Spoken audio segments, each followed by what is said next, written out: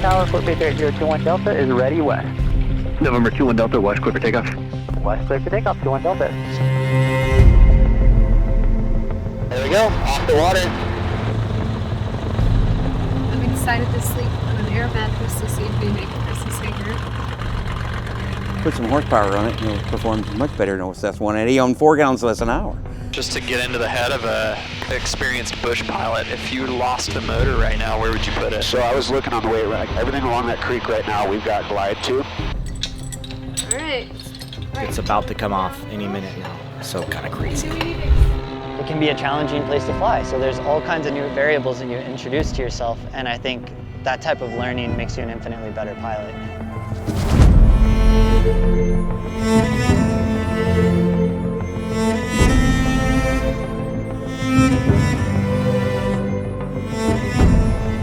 Welcome to SeaTac in Seattle, Washington. It's a beautiful 80-degree day, clear skies here in the Pacific Northwest. We are embarking on a 2-week trip. After 5 years of not going and a few failed attempts to go in the summer, we're heading back to Alaska finally. We're gonna be there for about 2 weeks, and the plan is, just as soon as we come up with a plan, we're gonna let you know what the plan is. We had a very nicely put together plan for this 2-week excursion to Alaska that involved our parents, and we're gonna get into that story here in a little bit. So now we're just gonna go on this 2-week trip that does not have much of a plan at this point, which can be a really beautiful thing. So I'm excited and I'm looking forward to whatever happens. I have no expectations. I'm very sad that Josh's parents aren't joining us this year, this summer in Alaska, especially for this original occasion. I hope that they will join us in Alaska at some point. But I'm very grateful that my parents are still having the opportunity to come up. They will be joining us tomorrow afternoon, hoping for good fishing. I think the weather will just be absolutely beautiful this time of year. It's mid-June and we're headed to Alaska, and I'm very excited for whatever this trip ends up being. I know what it won't end up being, and while that is very sad, I know it'll be fun either way, and we'll make an adventure out of it like we always do. While we're in Alaska, we're gonna try and get some general aviation in. We don't know what we're gonna fly. We don't know who we're gonna fly with. We don't know where we're gonna fly, but we're gonna try and fly. But at the moment, the way the last couple of weeks have manifested, we quite literally have no plan. And we are about 2/3 or maybe 3/4 of the way through our very long travel day to get to Anchorage. We've had delays, we've had baggage issues, and because the airline changed one of our flights, we ended up having almost an entire day less. But we're in Seattle and we're taking a breather to order some food here. Then we're gonna hop on our last plane to fly from Seattle, Washington up to Anchorage, Alaska, and we'll be making it there about 9 p.m. tonight. And so the adventure begins.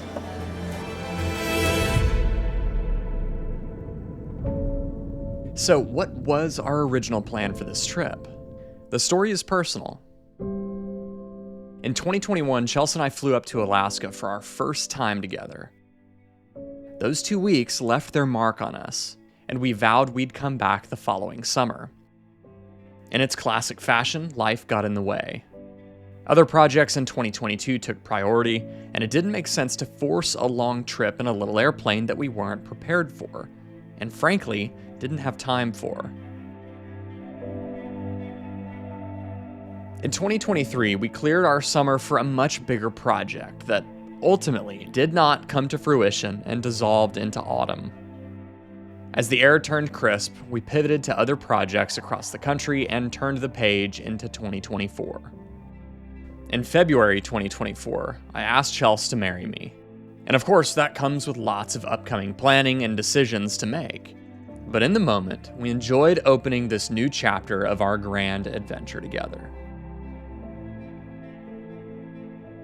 We bounced wedding ideas back and forth, big and small, at home or destination. The idea that rang out to both of us was Alaska.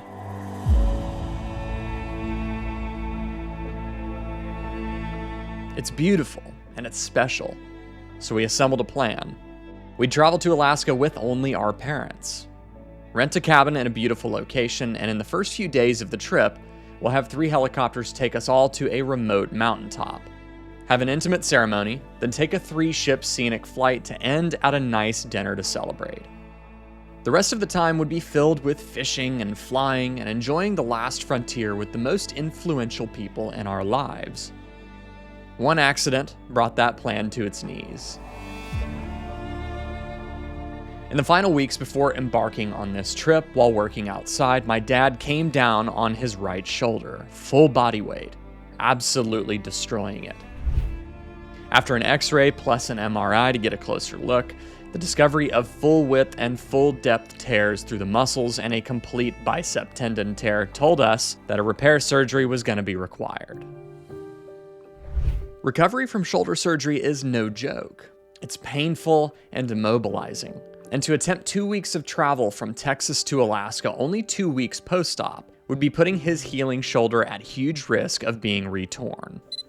We wanted both of our parents to be there. That was a big part of having our intimate wedding in a place that was not only special to us, but an amazing place to experience for our parents too. With my dad's arm now stitched up in a sling, Chelsea and I knew what the right thing to do would be. And after a day of letting that reality sink in, we called my parents and made a judgment call.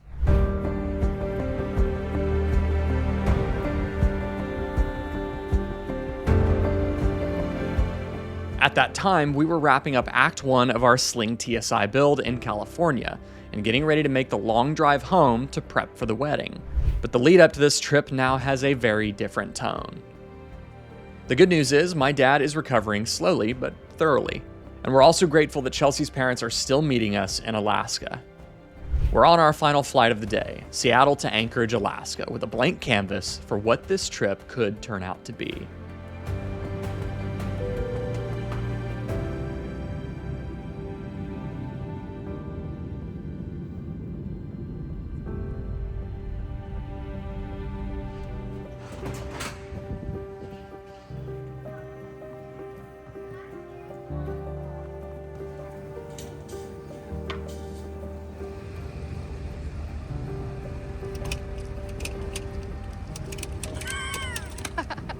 Made it to our temporary little Airbnb that Chelsea booked just for one night. We picked up cars from our friend Kevin's house. We are in our little room for the night, and we have all of our stuff scattered around after the circus of airlining for the last 25 hours is how long we've been awake. It is just shy of 11 p.m. and of course still daylight.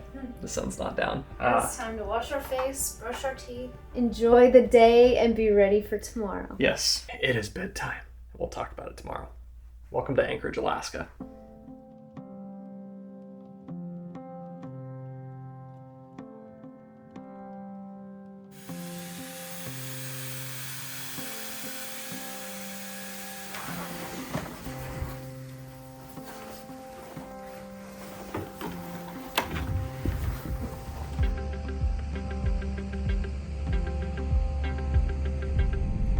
This is day one in Alaska. We just checked out of our Airbnb, which is there's like one room in the basement of a house, and there's another unit in that basement. There's a shared bathroom and stuff, but it was relatively inexpensive compared to everything else, kind of last second that we could find in Anchorage, and it was super clean and nice. And we just checked out. We're on our way to like a roadhouse diner kind of place. We're just gonna sit, have some coffee, enjoy our morning, probably crack open our computers and clock into work for just a little bit. Literally everything on this menu looks amazing. Phone did not eat first on this one. We're gonna run some errands. I need to get a haircut. It's long overdue. I tried to get one before we left, and then we're gonna go to Costco, stock the trunk of the car with groceries, and then pick up Chelsea's parents this evening. They get in about 9:15, but we'll dive into more about how this trip's gonna kind of pan out. But this is day one, morning one in Alaska, and it's a beautiful morning. What are you on the hunt for? I am on the hunt for some boots, and if we don't have any luck here, we're gonna go to REI, but I think that there might be some cool thrifty stuff in here. So I really like these. Did you get some winners? I got these boots. Now I have a donation to make, and a sweatshirt and a shirt. Chelsea's parents land in Anchorage around 9 p.m. And now that we're done with all of the errands we needed to run, We're gonna wait for their flight at an iconic Alaskan spot.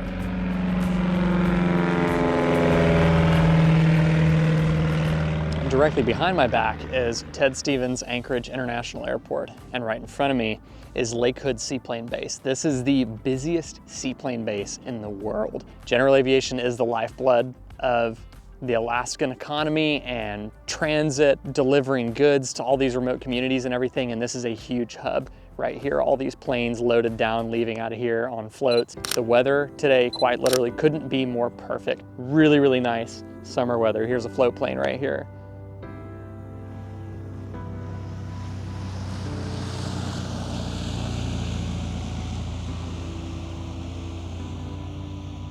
And of course, it's just like, it's inspiring to watch these pilots operate because this is their environment. This is where they work, and they are absolute pros at it. This is just another day at the office for them. Chelsea's parents are currently on a flight on their way here, and this is just the beginning of what's gonna be an amazing 2 weeks, once again in the 49th state.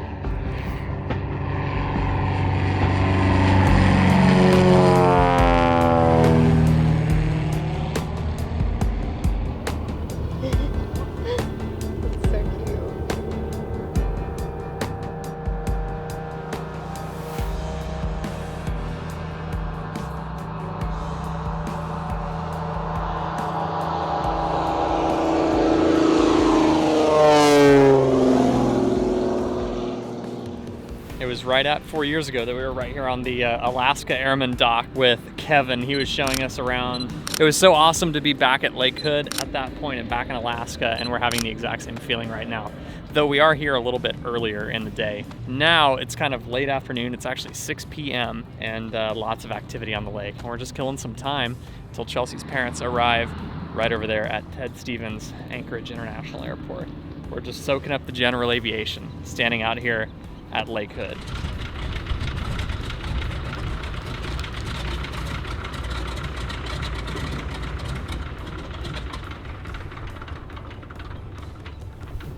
What's your favorite photo you've gotten so far? I don't know, I like the ones that I've taken so far that have people in it. And they're, you know, I got a picture of these two guys sitting there just enjoying the day. Maybe they're retired, or they've had a long career in aviation, or just a long day in aviation, and it looks like they're just hanging out on the banks right in front of the Alaskan Airmen building. I got a shot of this company right here. They were putting a float plane into the water, and it looks like there was a lady mechanic, which I don't get to meet very many of, and it looked like she was giving everything one last look over. I don't know. I have a bunch of really good ones, but I think I like the ones with the people in them the most. All right, we're not looking for aircraft for sale signs. We might be, I don't know. I think that every single person in aviation should visit Alaska at some point, because it is like no other aviation place in the world. Everywhere you look, there's a different type of airplane with different background, a million different modifications. I think you could see every single series, model, and variant STC experimental aircraft. You could find it here in Alaska, and maybe here just at Lake Hood alone.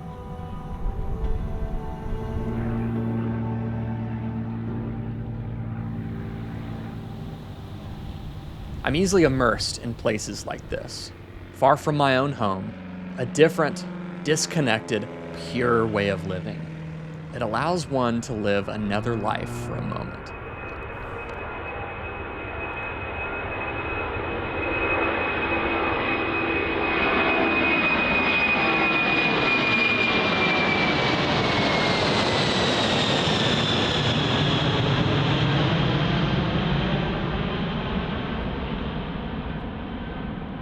Chelsea's parents are 2 hours out, and our next mission is to stock up on groceries and have some food ready for them at the end of their long day of airlining. So we're at Costco in Alaska, and we're just like cruising through and noticing all the things that are very unique that you would not find at a Costco in Kentucky or Texas. And the first thing I saw were these humongous 17-foot dip pens.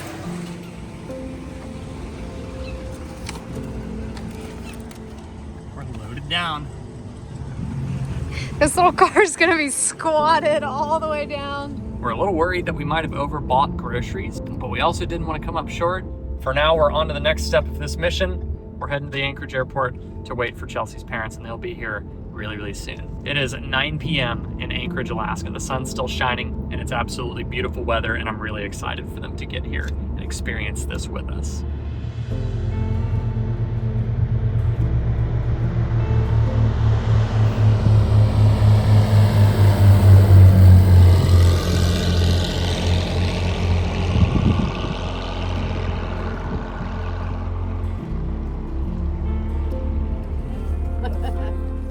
This is Mark and Mary, Chelsea's parents. Mark has been to Alaska once before on a work trip, but he was up near Fairbanks.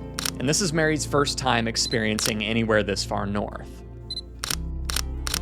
Along with all the anticipated fishing and hiking, neither of them have been in a seaplane before, let alone a seaplane in Alaska. And before this trip is over, we intend to change that.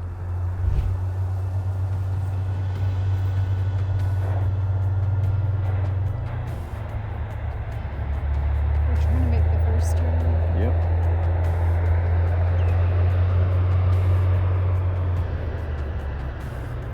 We're at Lake Hood Seaplane Base in Anchorage, Alaska, and we have an Airbnb rented near Chickaloon, which is a little over an hour drive north into the mountains. And it's a world-class drive to end the day. Around 1 a.m., tired and excited, we made it to our cabin where we'll call home for the next week.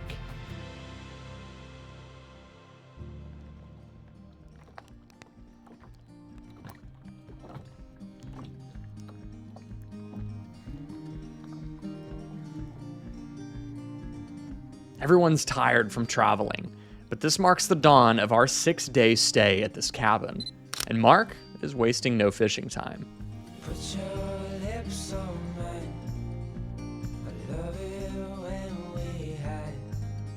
One about this long. One of them was definitely not an eater, and one of them was okay. But since I hadn't had any bites, and that one first one I caught, I'm like, I ain't keeping just one. Unfortunately, the trout in this lake were just barely big enough to be keepers. This is one of the many lakes in the area that Alaska Fish and Game stocks with trout, and they stocked it just a couple of weeks before we arrived. So while the bites were frequent, they were nothing to write home about. But the name of the lake, well, that definitely made up for it.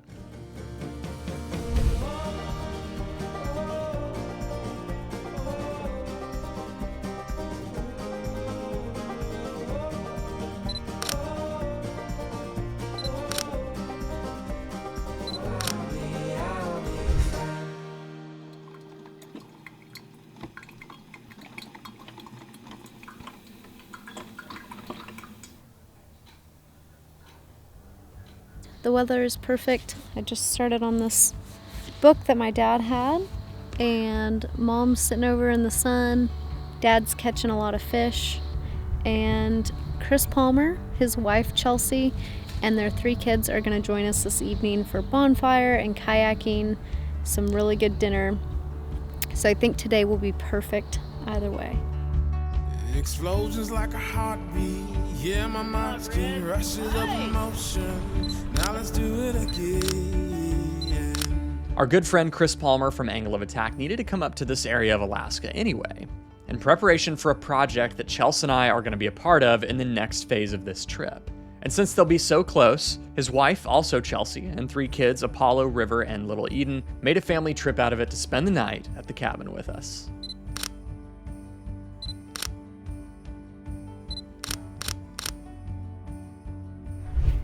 It's times like these that turn into core memories that will last a lifetime. And having kids around serves as a constant reminder to enjoy the little things. And hang on to this moment before it becomes a fond memory. There you go. That is awesome, guys. Good job.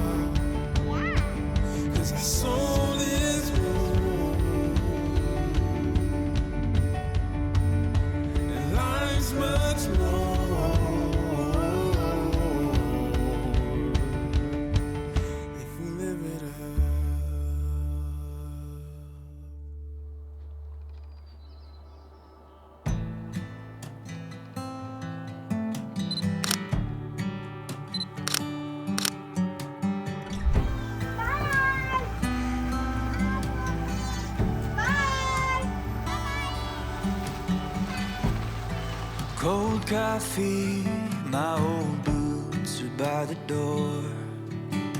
Chris and his family are off to Palmer to start the next big project for Angle of Attack, and Chelsea and I will be a part of that in the coming days. Meanwhile, we're looking to get out of the cabin to see something new, and the Matanuska Glacier is a short drive up the valley.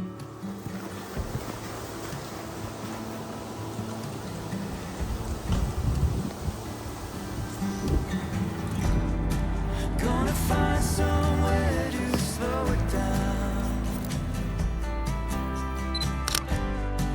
Buy a little place way out of town.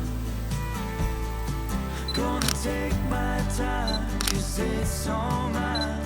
Trade my pride for a quiet life. Maybe then my time will come around. Way out of town.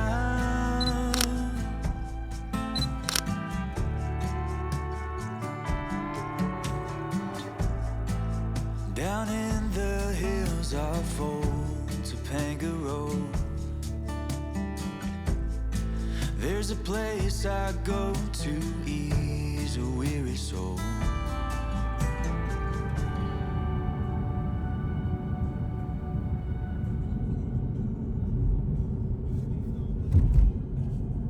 It's day 7, and Chelsea and I wanted to go for a drive up to Talkeetna, which back in 2021 is where we spent most of our time in Alaska while a group of us earned our seaplane ratings. And while Talkeetna is a bit touristy, it's a stroll through a fond memory nonetheless.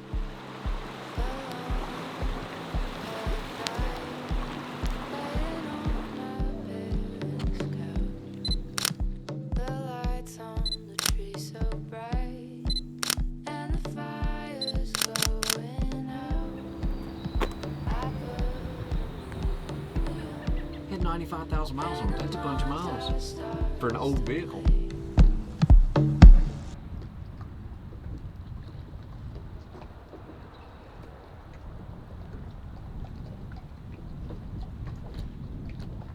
It's our last full day at the cabin, and Chelsea and I have a conference call in the morning with Evoke Aircraft Design to adapt the paint scheme of our Sling TSI. To be designing the paint scheme for our brand new Sling is crazy enough, but to be having that conversation in such a surreal place is a vivid reminder that you never know where hard work and patience will take you in time.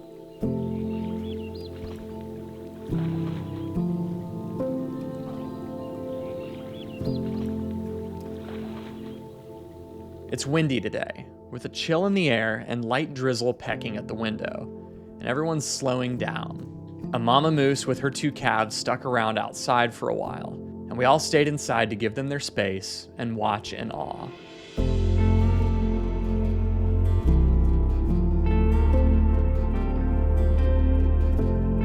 With dinner time approaching, the universe gave us one last experience here that we didn't know we needed. Somewhere along the Glen Highway, a tree limb knocked out a power line, and the cabin went dark and silent. We'd been admiring this beautiful wood-burning range the whole week, and when I texted the host to let them know about the power outage, she said it's perfectly operational and we're welcome to use it.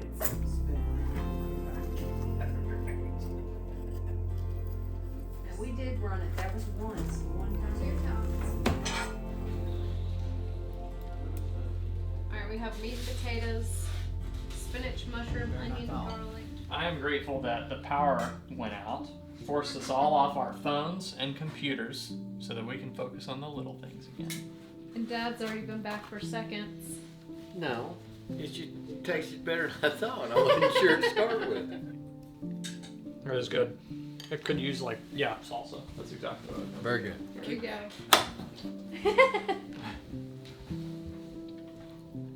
Bon appetit. That's what the little moose are saying too.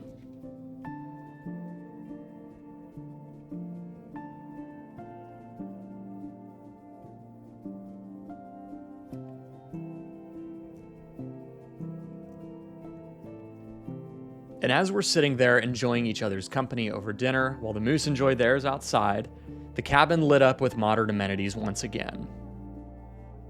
As if the universe wanted it to happen that way. Slow down, put the phones and computers away, and recalibrate to what keeps us connected at the very core of our nature.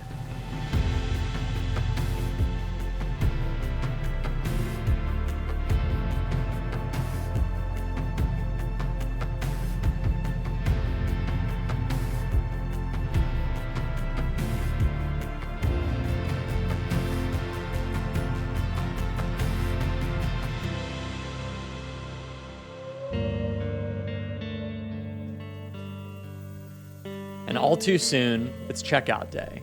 With all the luggage and camera gear charged and packed, we're heading back to Anchorage. But of course, Mark can't help but pull over and cast in one last spot before we leave the Matanuska Valley behind us.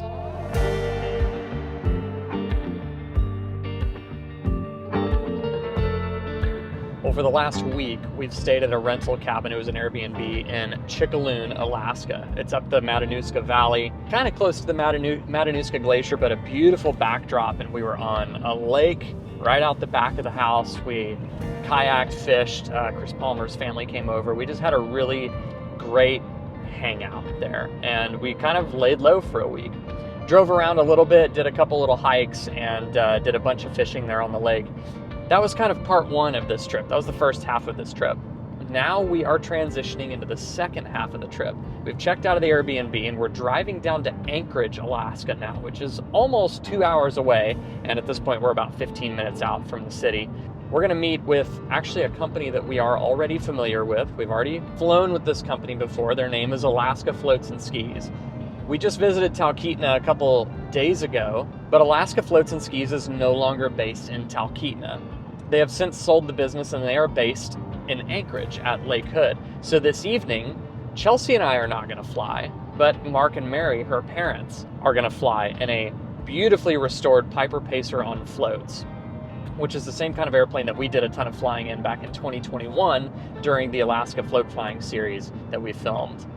That was at Alaska Floats and Skis in Talkeetna. They have since moved down to Lake Hood and Anchorage, Alaska. So we're excited that sort of part two of our trip, the second half of our trip, is going to transition into some more aviation activities, starting with giving Mark and Mary a world-class general aviation experience right here out of Lake Hood and Anchorage, Alaska.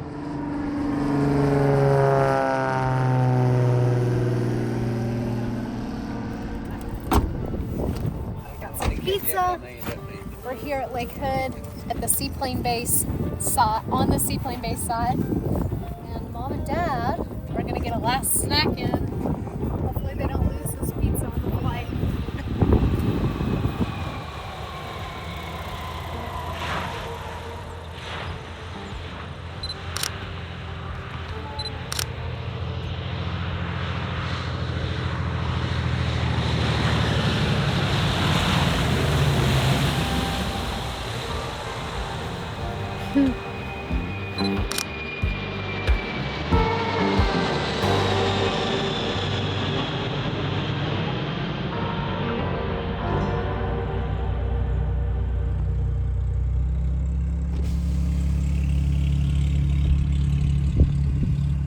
We've made our way to the other side of Lake Hood where the Alaskan Airmen Association is based.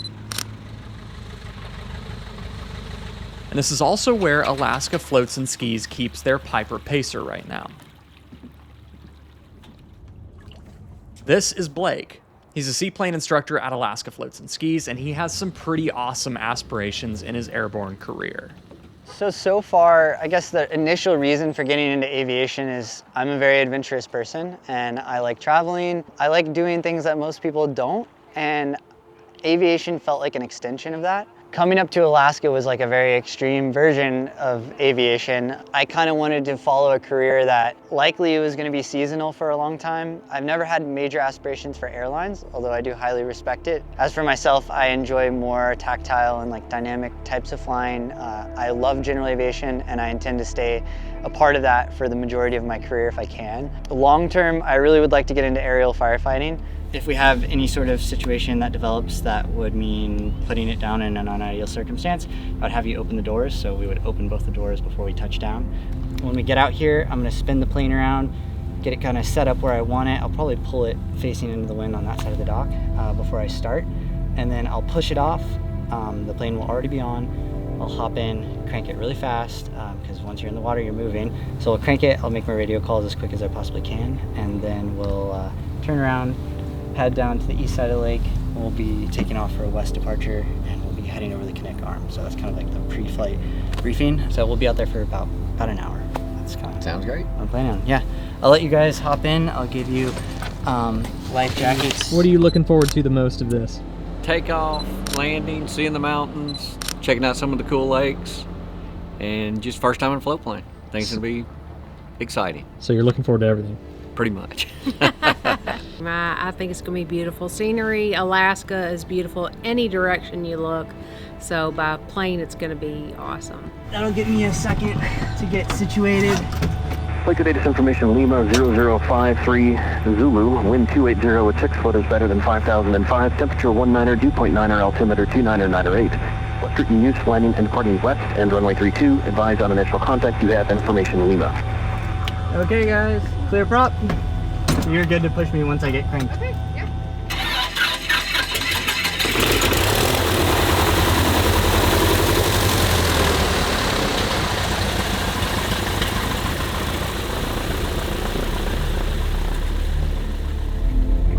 It's their first time ever flying in Alaska and their first seaplane flight ever. So it's really special. My mom is very nervous. My dad is beyond excited. And then they will begin their taxi out to the water runway here at Lake Hood. Ted Stevens International Airport in Anchorage, Alaska is right there. And this is Lake Hood Seaplane Base. So they're getting ready to go up on an awesome flight. Lake Hood Tower, float pacer 8021 Delta, airman's point with information Lima, request flow taxi. 2 Delta, Lake Hood Tower, advise ready for west. Well advised, 2 Delta. There we go. So now we're pretty much good to go. You can put your headset on. 48027, exiting Hotel 3, we're done. 027, roger. 950, another way, traffic over Minnesota on the right way, so square, runway 32, clear for takeoff, 52 over 5. 850, clear for 32, another way, for the tutor. There we go, so right now we're just slow taxiing. We're gonna have the yoke back when we're taxiing. A little bit of back pressure gives me a little more control on the rudders, but we're just going straight down this lane. When we get to the end, I'll do a really quick run up on this plane, and then we'll swing around and we'll press takeoff, and we'll take off on the other side of this island right here. Yeah, this is definitely a busy flight. Yep. You can see a bunch of guys coming in. That float plane with our, I believe it's Regal, will be landing just before we take off. So, I've never seen one with this setup. yeah, it's kind of nice because it gives us more room. Another one like this gets you right and a half mile up onto Merrill. Yeah, actually, I can see that. All is open now. Yep. It's a very unique plane. Like, the only thing that gets you is the startup, because everything happens fast and you kind of got to get situated. And once you're situated, you have a little bit of time to think about what you want to do and how you want to take off. So, And Lake Hood Tower, Skywagon 161 Romeo Delta. I'm at the hotel with Lima, ready to go west. 161 Romeo Delta, Lake Hood Tower, west, clear for takeoff. so while we're doing this, we don't have anything else. I can show you kind of how the doors work. So you just pull the doors down, the latch goes like that to close. Just make sure you pull it really close, and then if you needed to get out of the aircraft, just remember to push it up, slam it up, and then it'll go out. So just like that, boom, that's your egress. You need to go on strut so you don't have to lock it down. Yeah. To the west, Yep. will be north. And you can leave yours open, and I'll tell you when we gotta close it. I'm just gonna get ahead of the game here. Okay. So we come around this bend. I'm not gonna get in the water lane. That's kind of like the landing side, but there's no designators right now to really show you where the water lane starts. But once we get aiming this way, I'm gonna do a quick run up. So I checked my controls, I checked my instruments, everything looks correct. Gas is on both. Attitude, I'm trimmed for takeoff currently, and we'll do the run up. And then I already gave you the safety briefing on the ground like twice, so Yep. you guys should be good. And I'm gonna go ahead and do the run up. So we'll go up to 1500 RPM. You're good, you're fine. We'll go 16. There we go, 1, 2. About a 80 drop. And I think Romeo ready west, be like a 2 and 1. We'll go to the What was that, Butcher? You're gonna start moving, make a right turn for 2 to west. Take off. Let's pick up level idle. Right turn with 2 to Good. There we go. Sweet. And yeah, you can close your door now. They're gonna take off ahead of us. I'll let us get a little further down.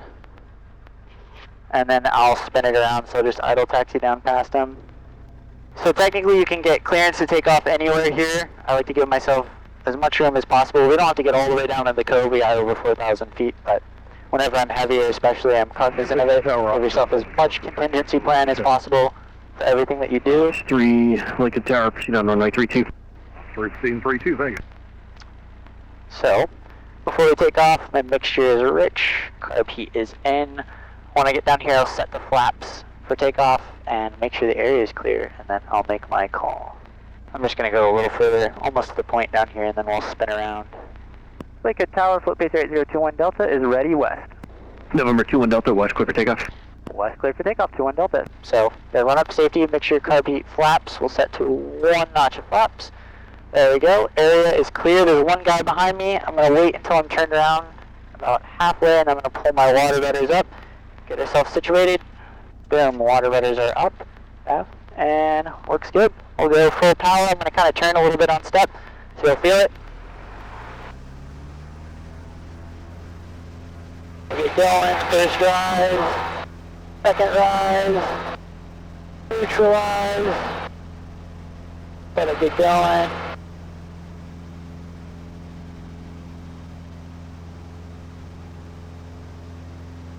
There we go, off the water. Lincoln Tower on 3, clear of the trip. And then we'll end up turning over the kids at the Airman Association. So as we climb out, they'll be on our right. So you'll see them probably waving down below us. Clear the table, cut the grass, doing all I can of the necessary.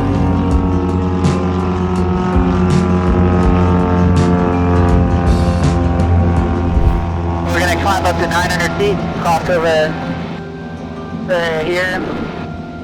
And we're plenty high enough to lower my flaps. Get myself just kind of set up the standard cruise climb, 80 knots. Once I get to 900, I'll bring my power back a little bit. So what kind of planes are flying on the Air Force base over there? I've seen some F-22s, I believe. It's pretty cool. There's some cool stuff. Yeah. I've seen some come up earlier. I'm not sure if they were big. That's probably either a 15 or F-22. It's a big plane. Yeah, there's some really cool planes out there. Yeah. So on the way out here, I don't know if you see the point ahead of us. Yep. That's the way you come back inbound. On the way out here, 900 feet, and there's a boat hole, like a rotten wooden boat hole, just in front of us. It's like sitting on the beach. It's pretty huge. Yep. So we're aiming for the boat hole on the way outbound. So this is like the highway in and out of Lake Hood Airport. Come back in at 1200. November Pennsylvania, Papa West, clear for takeoff. So this plane, like, it's pretty good with one yoke. Once it's trimmed out, it's pretty hands-off. You can just add a little bit of pressure. So I feel myself pushing it down just a little bit. So just put a little more down trim in.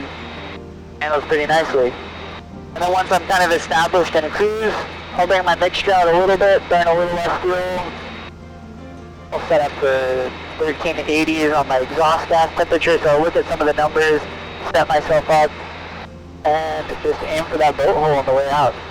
I'm going to slow myself down just a little bit, blue on my stem engine. Number 21 Delta, traffic heading to your left and 3 miles inbound to Maryland, 1000 indicated a King Air. 21 Delta looking for that traffic. So is there any tidal changes here, or is it too far inland? Yeah, the tide is pretty huge. It's one of the largest board tides in the world. The tide difference is 32 feet, I believe, on big days, top to bottom. And not quite in the inlet, but in the turning arm as you go towards Kentucky. Wow. Lima for the strip, one up we can transition to the Stewart Highway segment. And Colorado Port March, you said it was Cub 76 Delta flight? Hey, Farm 76 Delta flight. Cub 76 Delta flight from transition to altitude overpass. They're going into Merrill, so they're going to go just over us and then down. So there's only a couple hundred feet of separation between everyone out here. And so you're just constantly looking around. Yeah, I didn't see him, but yeah, they'll have a lot of Seminoles and King Airs. They'll come either on the way out, they'll be right below us, and especially caravans and some other larger planes will just go right underneath us, like a couple hundred feet, and then they'll blast down the power line. So once I get out here, I'm just making sure I'm under and outside of the international airspace. So I'm just underneath it, and we'll turn and follow the power line. They're not going to hand us off on the radio, so I'm just going to swap over to 1229, and that'll be our frequency that we're talking to everyone out here. So Can they do that because they're busy? Yes. So they will not hand you off. Yeah, kind of like Rocky Wings at Yep. Power line been traffic, float pacer 8021 Delta is 900 feet. We're going to be westbound from the power line bend to Figure 8 Lake. And then we'll basically be coming down here. There's all kinds of cool stuff on the beach out here. There's quite a few landing spots for wheel planes and some Super Cubs. You'll even see people cut strips into the trees down here. So they'll land anywhere. Anywhere that looks landable, they'll bring a plane. I've seen some of the videos. It's crazy. Hopefully later in the season we'll be doing some landings out there. We have a pretty decked out 172. But you can see these little fishing cabins. So this is all public land that people just built little cabins on. It's pretty interesting. Oh really? You don't even have to just build a cabin there? Well, I think most people just did it and didn't permit it and just kind of cowboyed it. Wow. But that was probably in the 70s when a lot of that was built, I think. And a lot of them have stuck around, so you'll see those little spots, those little fishing cabins and those ridges. They're in the little rivers. But, and then next to those cabins, there's lots of really short airport strips. So there's a couple, I would say 400 or 500 feet long, some like maybe 1,000. So really short stuff. So as we come down here, we're looking for some of these bigger lakes in the distance. We're going to be going to Figure 8 Lake and Keyhole Lake. When we're full, we try to keep the lakes over 3,500 feet, but the nature of float planes, the water changes our landing distance, the wind changes our landing distance, the weight changes our landing distance.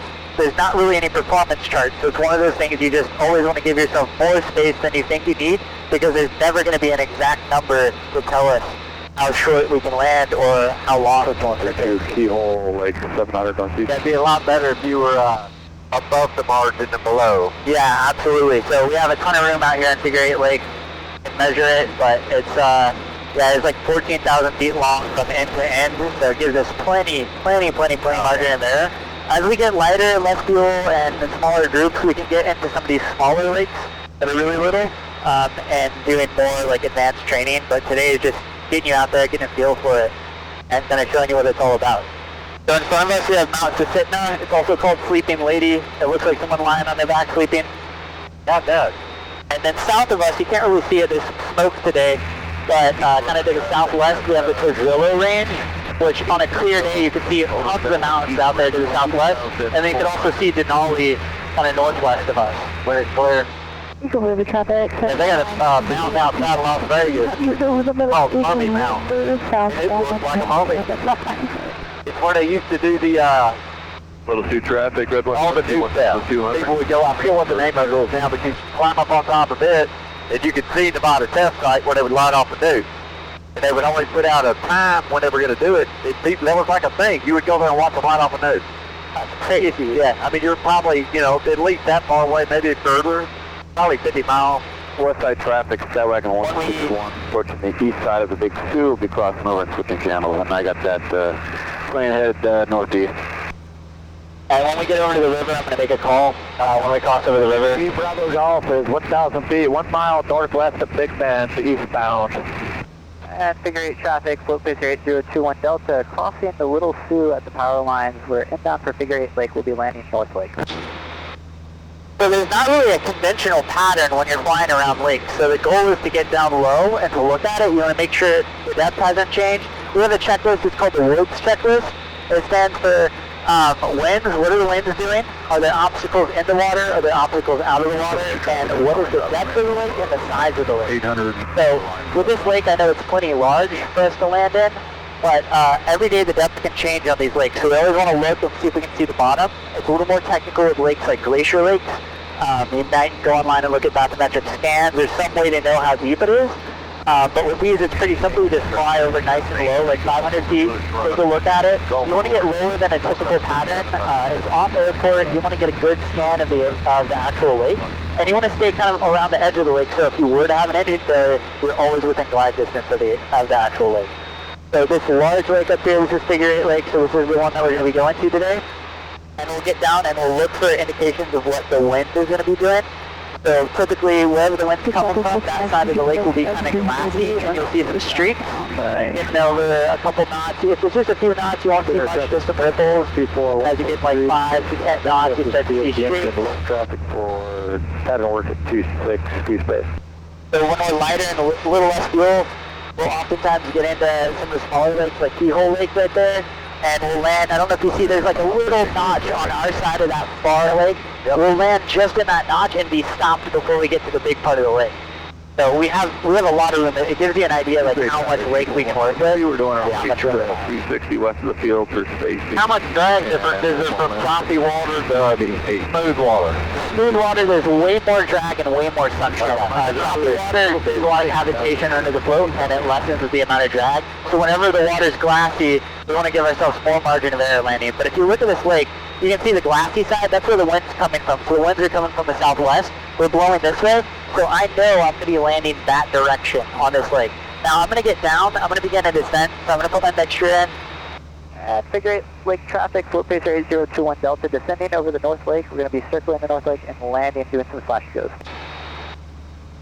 I'm going to go kind of all the way around the lake, circle it, take a look at the edges, and then we'll probably end up landing a little more to the left on this side. So the water looks a little choppy out here, so it's going to be a little bumpier to landing than you felt like kind of the takeoff. I'm going to kind of level off here about 600 feet, add a little power back in. Going to be flying. And I'll start going to my kind of landing center. So wind, we have the wind, we know it's coming this direction, you can clearly see with the streaks.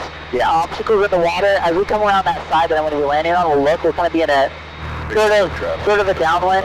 I'll cut off a little bit of the lake, we have a ton of area to land, so I'm going to give myself over it, but have a little room. If we did lose an engine, you always want to be closer to an edge. It gives you a reference point to look outside and see. If it was glassy, you never want to be in the middle of the lake landing.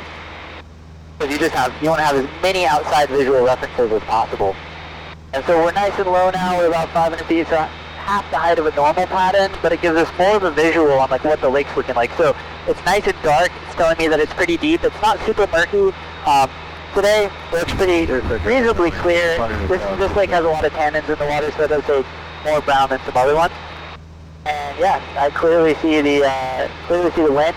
Plenty of size on this lake. Like I said, 14,000 feet long that way, and even across the lake over 5,000 feet. So plenty of room to land. As I come down, my plan for this landing is, if you see the peninsula on the other side, we're going to land kind of going this way. The end of that peninsula is going to be my abort point. So if I'm not on the water by the end of that peninsula, when I'm facing into the wind, I'm just going to say, we'll call it, we'll go around, and we can check it out again. So that's going to be kind of my plan. So I got my abort point, size is good, depth is good. I don't see any obstacles yet. I'm still keeping my eye out for them. Like, this is very fluid, you're doing a lot. It's not so sterile like a normal pattern around an airport, so you'll just see me doing a lot of things and kind of talking my way through it. So we'll see some lily pads on this side of the lake. That indicates the water is at least 3 feet deep generally. They've run about 3 feet of water. I'm not seeing any logs along this edge, so I don't see any obstacles. I'm looking kind of happy, so I'll start slowing myself down a little bit, setting myself kind of up for landing. I'm going to check my car keys real quick, make sure it's working. Let it simmer for a second, push it back in. I have my abort point set, my mixture is rich, I check my car keys, gas is on both. We want to put 1 knot of flaps in right now, we're within flap operating range. And you'll see me kind of set up in a base turn in a second. So I'll continue slowing myself down a little bit, and a little bit of up trim. Southwest down. This will make it easier as we come in. The narrows. And you'll hear me continually bringing some power out.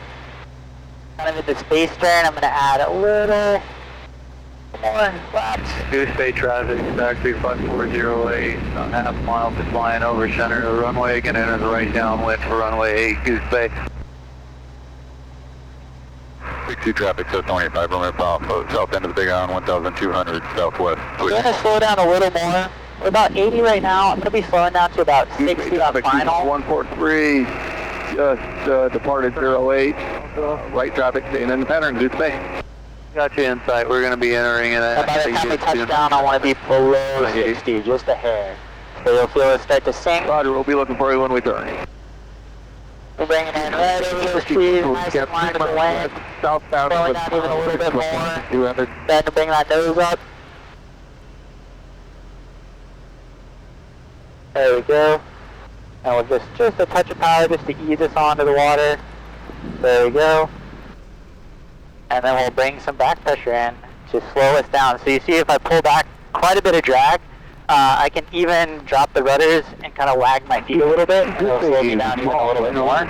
But that's the basics of kind of the landing flow. So by doing your rudders, it turns the yeah, just a little more drag. Yeah, just a little more drag left to right. So now I'm on the water and my water rudders are down.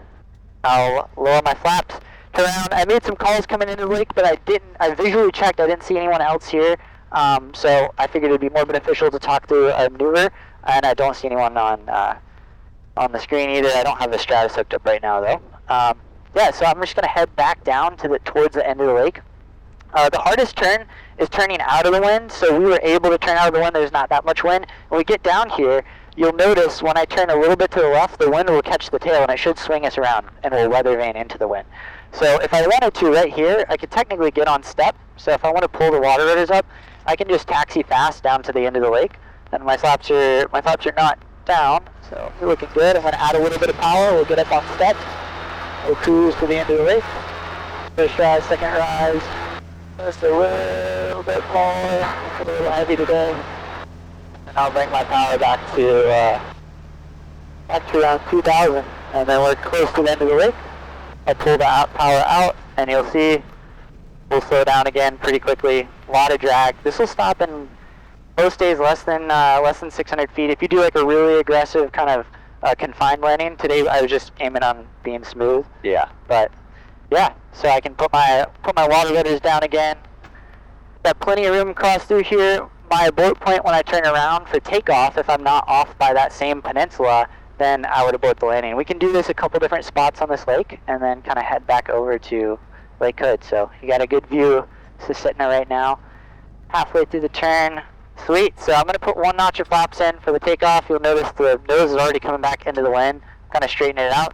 Mixture's in, carb heat's in, everything is set. And before takeoff, double check, water rudders up, area is clear. So we're going to go ahead and take off into the wind. So at the first rise, second rise, you'll feel the nose come up. I can neutralize the controls, let the nose forward just a little bit. With a touch of back pressure. And on a day like today, a little bumpy, we'll get off the water. Boom, there's our climb. So, keep my finger on that carb beat. Sometimes it likes to bounce out, but we're looking good. And now I'm going to go to this end of the lake, and we'll land on the south end of the lake. So, figure 8 lake traffic, flow pace 8021 Delta is going to be circling the south end of the lake, landing south side. Figure 8. So every lake we do like a reconnaissance flight over. Even if we fly it every single day, it's still good to double check. Yep. So I'm going to look over this lake, check it out. I'll go wide. I'm going to land on this side, fall on this shore, and do a spot to go. And I'll let you follow me with your hand if you want to and have it on the yoke. So yeah, you can fly it a little bit. Feel free to put your feet down there. I teach for a living, so have fun. Area traffic, start 52950. We're just gradually turning around here. About 5 About 9 knots. I see there's a little shallow spot right there, so I don't want to land there. That's kind of my no-go. I'm going to put a little right rudder in so we're still coordinated. Even though we're in a left-hand turn, this plane's a little funky with holes. So I'm looking, this whole area here looks pretty deep. I'm going to say we cross over this peninsula and plan on landing by the peninsula, and my abort point will be this kind of jut out down here. So that's my abort point. I still have the winds. I don't see any obstacles down there in or out of the water, and the depth still looks good as far as I can tell. So I have my abort point set, my mixture's rich. I check my carb beat again just a little bit. Good.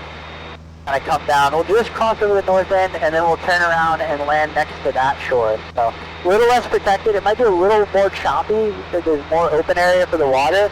So we kind of plan on that. I'll bring my power out, get myself fully set up, make sure my water rudders are up. And I'll slow it down just a little bit until I can get my first notch of flaps. So we're just within flap operating range. First notch of flaps. We'll kind of bank it over here.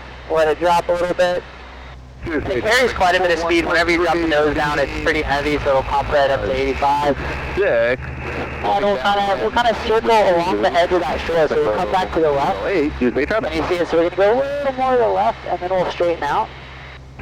Just a little more right. There we go. I'm going to bring some power out and set myself up for kind of an extended final. We're pretty far out, so I carried a little more speed than I normally would coming in.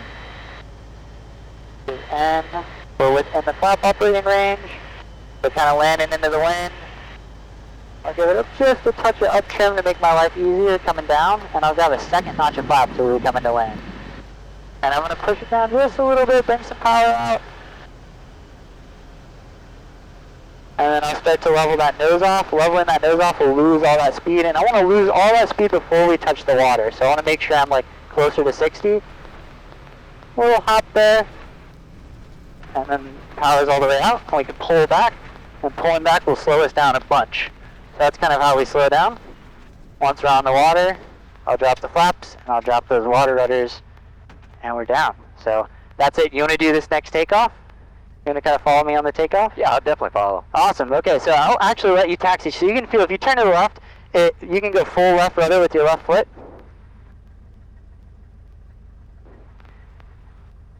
And then when we turn, we kind of got a crosswind. So the wind's blowing this way, so we'll turn the yoke that way, kind of hold that wing down so it doesn't tip. On a really windy day, it'll want to lift that wing. And then once we're kind of 90 degrees, we can straighten out again once we're coming around. And then turn it basically straight down with the wind. So we'll go out to the opening of that peninsula. We'll turn around. Same thing on the takeoff. The abort point will stay the same. And if we're not off by that little jut out, then yeah. So you can use a little more rudder input. And you can just straighten the yoke out now because the wind should be at our tail. So there you go. And then if you want some, I got my jacket on, so I'm a little hot. So I'll just open the door for a second. How are you enjoying the Alaska experience? It's nice. I've been one time. I went to Fairbanks for work, and it was in February.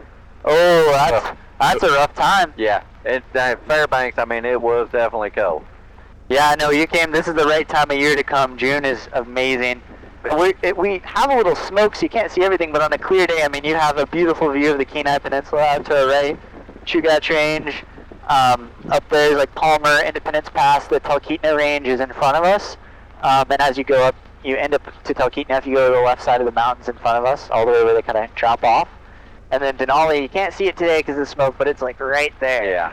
So we'll come up here. I'll let you go a little bit past the peninsula. We have tons of lakes, so we don't have to use the whole lake, but I'm giving myself this area down here it's well over 3,500 feet, but I'm just going to go all the way to the end because I set a pretty, not a super tight abort point, but a tight enough abort point that make it a little sporty with 3 people. Yeah. So we'll see. And then out here, you know, no one holds you to a standard, so you really have to hold yourself to a very high standard. And make sure that if you say, hey, I'm going to abort at this certain point, and you get to it, that you commit and abort. So we'll keep going just a little more to the right, with that rudder. There we go, and we'll keep going. I'm just going to go just past the peninsula a little bit this way, and then we'll spin around and kind of hug the peninsula on the way back out.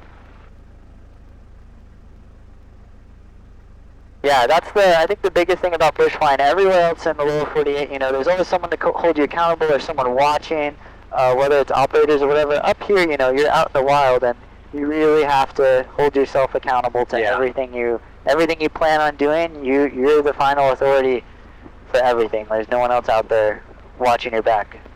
So, but it's beautiful. Like, there's nowhere else that you get to get this, like, out in nature here. There's a lot of cabins that are only accessible by the float planes. We'll keep going down just a little further, and then we'll turn around. So it's 6:22. I kind of gave myself get back by 6:45. So once we turn around, we'll take off and go into Lake Hood, and I'll kind of walk you through the process back in, if that's okay with you. Yeah. Okay, sounds good. You can go, let's go another 15 feet, 20 feet, and then I'll let you turn around to the left, and I'll walk you through the takeoff. So before takeoff, our mixture is rich, your carb heat's in. I'll let you turn a little more hard on the left. Yep, we'll close our doors.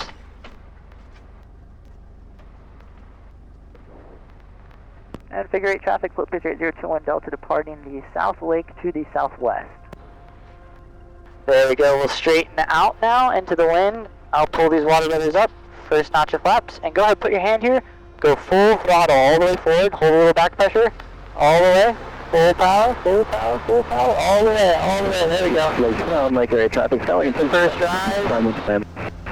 And then we'll just let the nose come down just a little bit, and you'll wait till we get to about 55 knots. There you go, it's just coming off the water. And now we'll speed up. Fantastic. And then we'll kind of climb out at 70. I always kind of hug the shoreline, that way if I need to turn around, I always have lake on my, whichever side I'm circling the lake, but today it was on the left side, so we'll just continue climbing out like this. We'll follow the edge of the lake. Now let us get a little higher, we'll go up to about 500 feet before I start bringing the power back. There we go, and we're just cruise climbing now, like 80 knots. A little easier on the engine. The big engine and the small cowling gets hot, so we'll do our best to cool it off as much as we can. Keep it under the 450 mark. Figure 8 traffic, float pacer 8021 Delta off Figure 8 Lake. We're 800 feet climbing to 1,200. We'll be following the power lines back to Lake Hood. 153 Zulu, wind 310 at 6, visibility 10, sky is clear, temperature 190, 2.10, altimeter 297. If you want to do it as a temporary career, I highly recommend coming up here. There is so much that you will see and be exposed to, so many wise people that have been doing it for so long and have so many stories and so many experiences, and Alaska is, it can be a challenging place to fly, so there's all kinds of new variables that you introduce to yourself, and I think that type of learning makes you an infinitely better pilot in the long term. If someone's coming up here and they're interested in doing it just temporarily, checking out Alaska Aviation, another great experience. Everyone that gets the chance, you should do it. Before I came up here as a CFI, I came up here and I remember being with my best friend and renting a plane from Blue River Aviation at the time.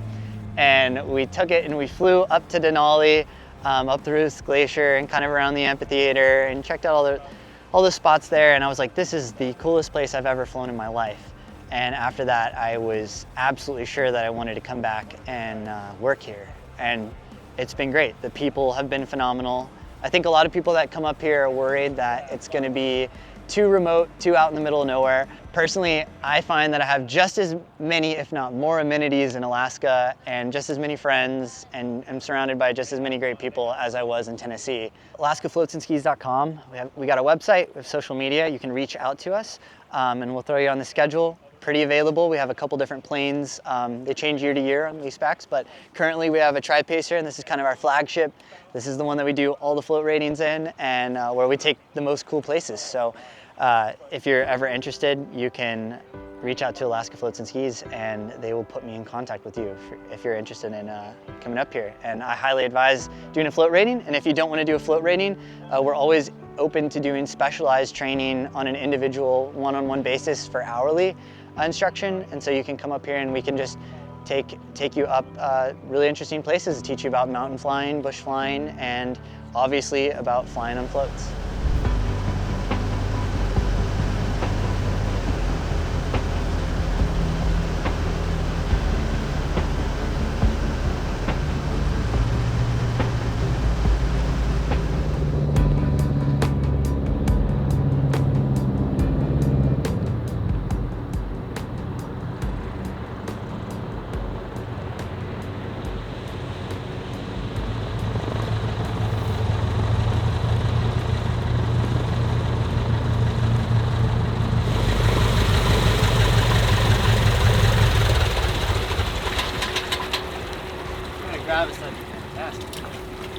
Always, every flight.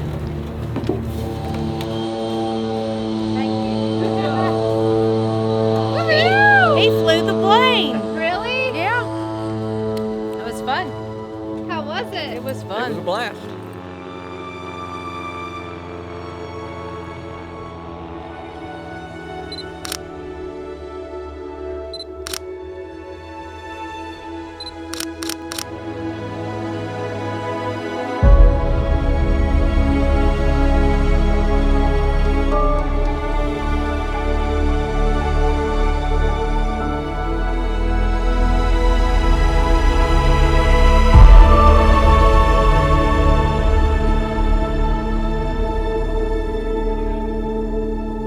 Alaska is pure magic, and we're grateful to have spent the last week sharing this place and time with Chelsea's mom and dad.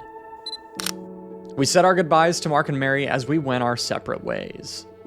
Chelsea's parents are heading to Kenai to enjoy the coast and hopefully catch some salmon on the river. Chelsea and I are going a bit further, all the way down to the tip of the Kenai Peninsula, which is a world-class drive. And in the next episode, we're rolling up our sleeves to tackle a long-awaited project for Chris. But of course, not without some flying adventures of our own.